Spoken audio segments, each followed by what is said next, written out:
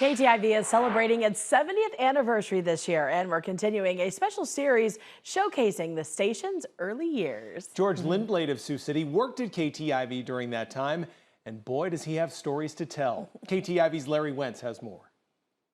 KTIV's earliest location was in the basement of this building in the 200 block of 10th Street, just a stone's throw from Perry Creek. George Lindblade says the station was constantly visited by creatures that would come out of the creek.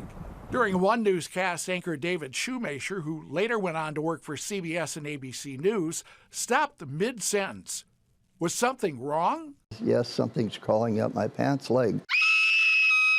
It was a rat. Lindblade says the problem was quickly taken care of, and back on the air went Shoemaker. That wasn't the only quick action taken behind the scenes. That place had a fire during newscast one night. The curtains caught fire, and the floor crew diligently put it out. The early set included a shot of Sioux City's well-known City Hall clock.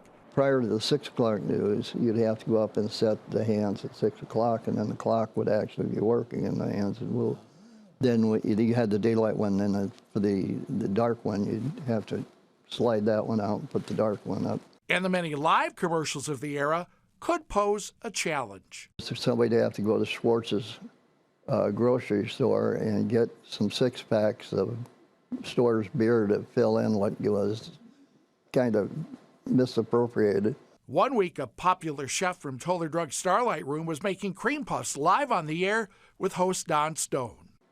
And without benefit of anything to put on his hands, reached in and grabbed his cookie sheet, turned around to Stone, and we can't say the words he said, threw the cookie sheet in the air, turned around, turned the faucet on, and was mumbling various profanities about burning his fingers.